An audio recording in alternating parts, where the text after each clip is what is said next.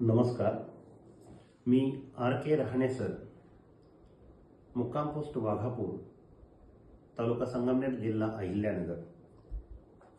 माझ्या कवितेचं नाव आहे माहेर.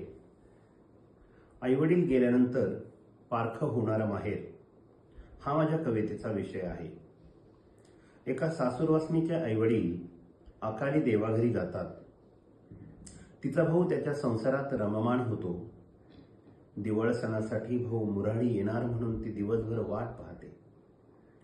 संध्याकाळी दिवा लावण्याच्या वेळेपर्यंत दारात बसून राहते, परंतु भाऊ मुराडी म्हणून येत नाही. अशा दुःखी झालेल्या बहिणीला समजावण्याचा प्रयत्न या कवितेतून मी करत आहे. कवितेचं नाव आहे माहेर.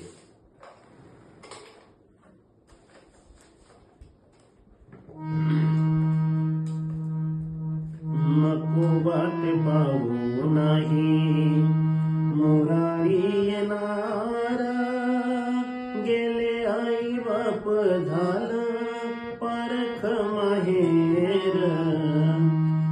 नको वाट पाहू नाही मुरारी येणारा, गेले आई बाप झालं पारख माहेर. नको आशा धरू तुगा माहेराती, गेली आठून माया आई बापाची. सय तुला सखे त्यांची कायम येणारा, गेले आई बाप झालं पारख माहेर. पाठीचा भाऊ तुझा झाला धर्माचा, विभागली माया त्याची नसे दोष त्याचा. पाठीचा भाऊ तुझा झाला धर्माचा, विभागली माया त्याची नसे दोष त्याचा.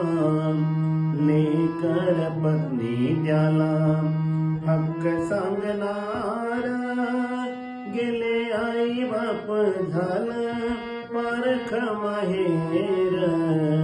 नको वाट पाहू नाही मुरारी येणारा, गेले आई बाप झालं पारख माहेर.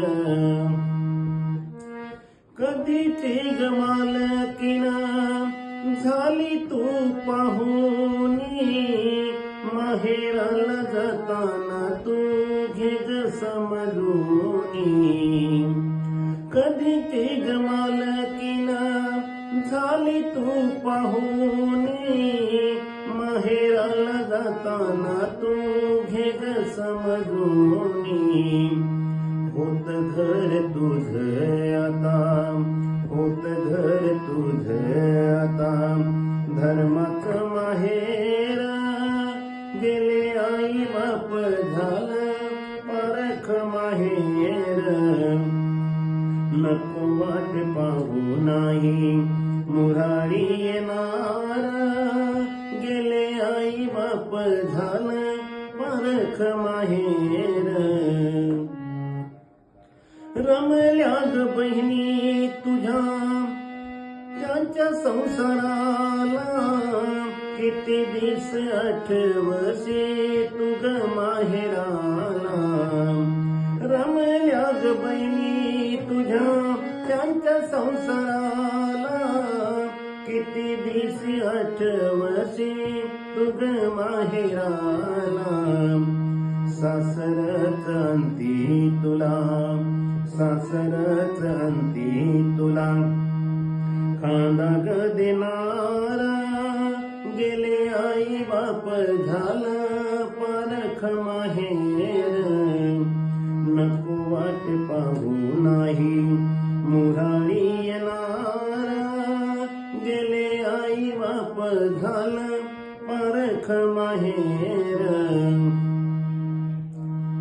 माहेर समजूनी सासरी वाद, माहेराच्या मायेचा तू कर ना ग त्याग.